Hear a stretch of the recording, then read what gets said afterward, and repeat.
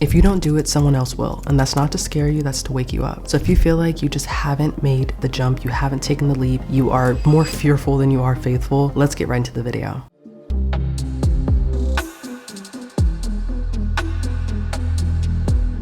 The truth is, God gives out opportunities, but he does not force you to take them. Hear me out. If you are not someone who is in faith, be open to this video because you never know what could be really helpful for you, and it might spark something in you and it might do nothing for you. But don't reject the information because it may not be something that you believe. You can kind of hear people out, see where they're coming from, and go from there. That's just a tip in my life that I had to learn, and it's something that I try to share as best as possible. In Matthew 25:28, it says, "So take the talent from him and give it to the one who has 10 talents. That's in a way the principle of if you don't, someone else will, which is where I got this idea. That entire passage goes on to show how God gives everyone something to use, but it's up to you, out of fear or out of faith, to move. That's why all last year I was on this whole notion of do it scared anyways, because the time is gonna pass whether you do it or don't do it. And I have actually lived out where I had a great idea, an idea that really could have transformed a lot of things for me, and I didn't move on it when I was earlier in my life. I then later, a year from then,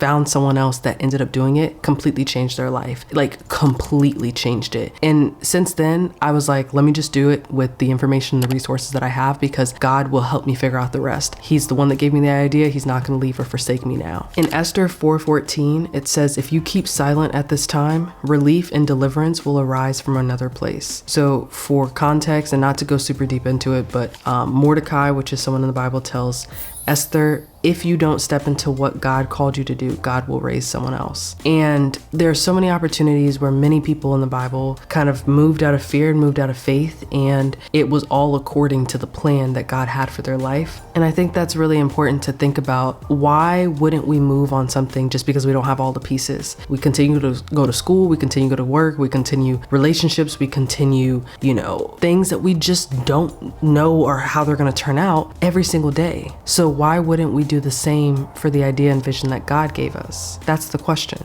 You're not going to have all the details. You're not. But it's up to you to know, do I trust God enough to move in my life, even if I don't have everything I would like to have right now to make it great? It's important that you move in a spirit of being courageous, in a spirit of, even though I don't know what's going on, I know what I feel when I want to start this thing, when I want to be this type of version of myself, when I want to impact people this way.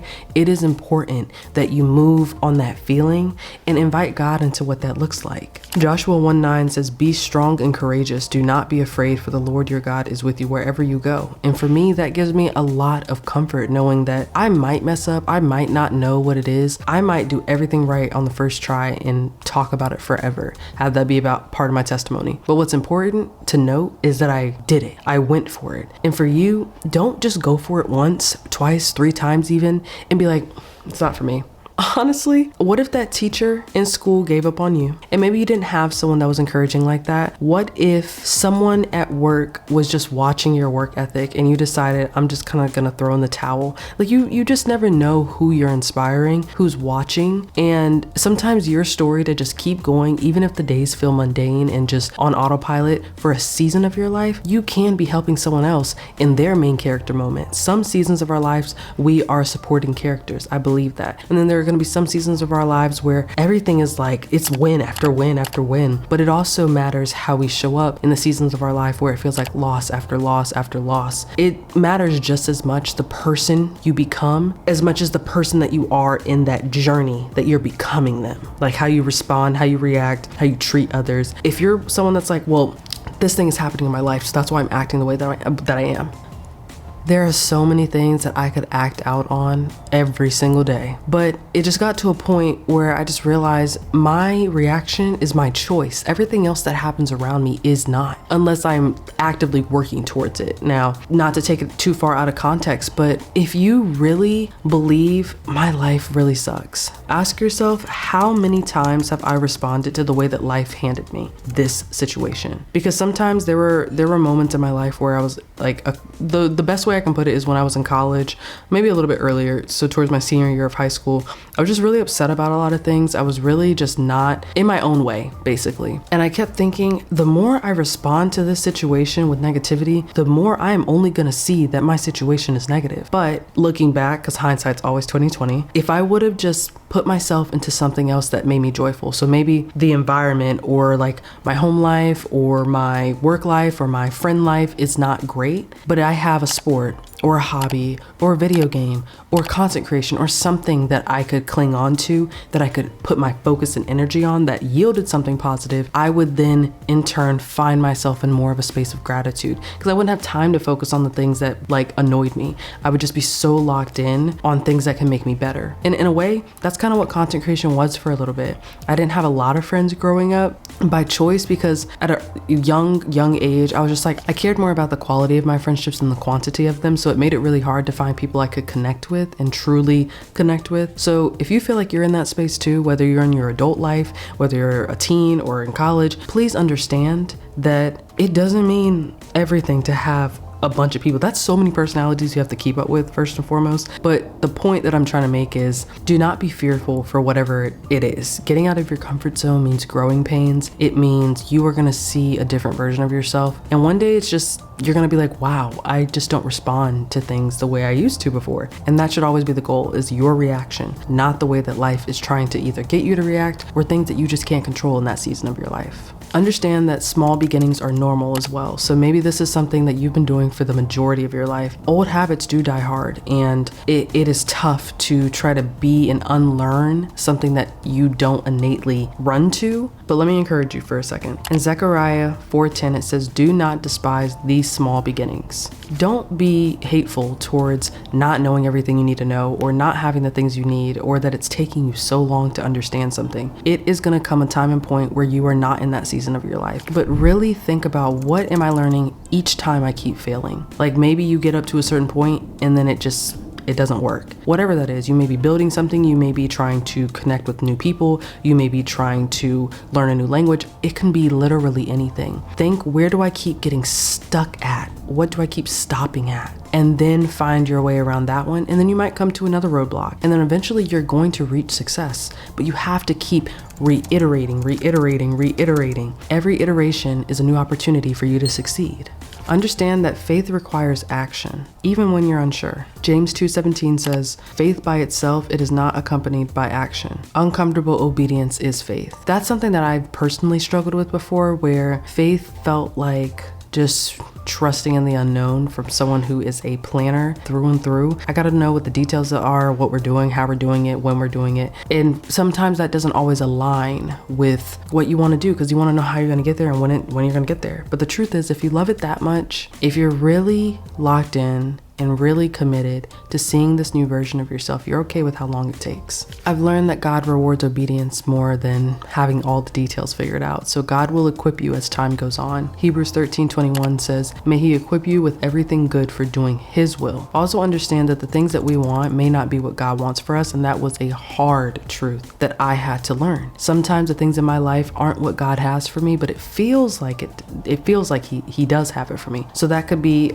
a certain lifestyle. Let's just put it like that. Be open to knowing that God is going to show in your life, but also know that it may not show in the imagination that you have for it. You can still be hopeful. You can still work towards it. This is not to discount believing and having a vision for your life, but be open to how God may reveal it in your life. Remember that you are called, chosen, and capable. 2 Timothy 1:7 says, for God has not given us a spirit of fear, but of power, love, and a sound mind. Fear is not from God. So if you're fearful, if you're doubtful, if you're anxious, if you're telling yourself you're stupid and you hate yourself and all these negative things, understand that is the father of lies. That is Satan. That is not the God that we serve. That is not him. So if you feel yourself really low, like you're condemning yourself, like, why'd I do that again? Why did I find myself in this situation? Or why do I keep...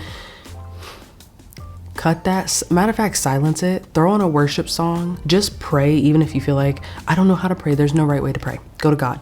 He wants to just talk to you. God is someone that I had placed on a pedestal of like, if I do wrong, he's gonna hate me. He created me. He's given me so much grace, love, and mercy throughout my life. And I made the decision to dedicate my life to him years ago. And I actually rededicated my life to him this past year, because you get baptized once and you kind of don't know what's going on. But this time it was my decision, my choice, and just my walk with God. And I'm not saying you have to get baptized for God to love you. I am saying to create that relationship with him and to find yourself more in his word, understanding his word, because there will come times where a Bible verse will come back to mind, or someone will say something they had no idea was a part of your life at some point. Sometimes God is speaking through other people. So understand that if you're feeling fearful about anything, God is always going to redirect or guide you in the right way that's according to his will. I've started just saying like, I want what God wants for me, because while I'm working towards building a community online, while I'm working towards a certain type of lifestyle, while I'm working towards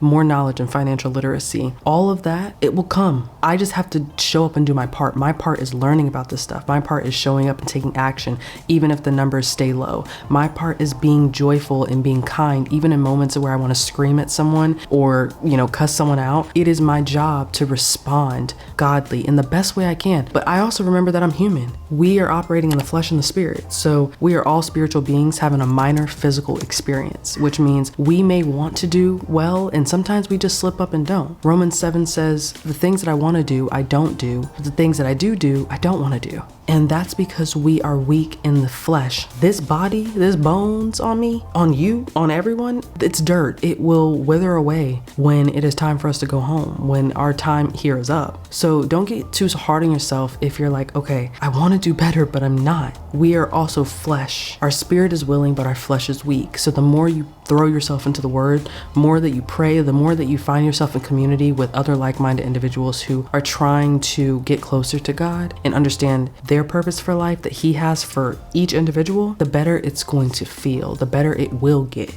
Because you have to change that mindset. You have to understand why things happen the way that they do, so you don't think that life is just happening all willy-nilly, because it's not. And lastly, you're meant to use what God gave you. You can look around at Sally and Joe and coworker Bob, but God gave you a set of talents and a set of gifts that it's up to you to use them. 1 Peter 4:10 says, each of you should use whatever gift you have received to serve others. Not hide it, not wait until you feel ready. Your gift, it will make room for you, but you have to step into obedience and just keep showing up. I believe that storytelling and talking to God, to multiple people, which is why I'm grateful to have this community online to share how life is happening to me, so that I can tell you the perspective on how it's been helpful for me, and then you can figure that out on your walk with God. Like, take what I say with a grain of salt. I'm just a vessel, but it is up to you to just walk in obedience, even if sometimes it just does not make sense. You have to be obedient, and through nothing else, if you take nothing else from this video, trust that God has got the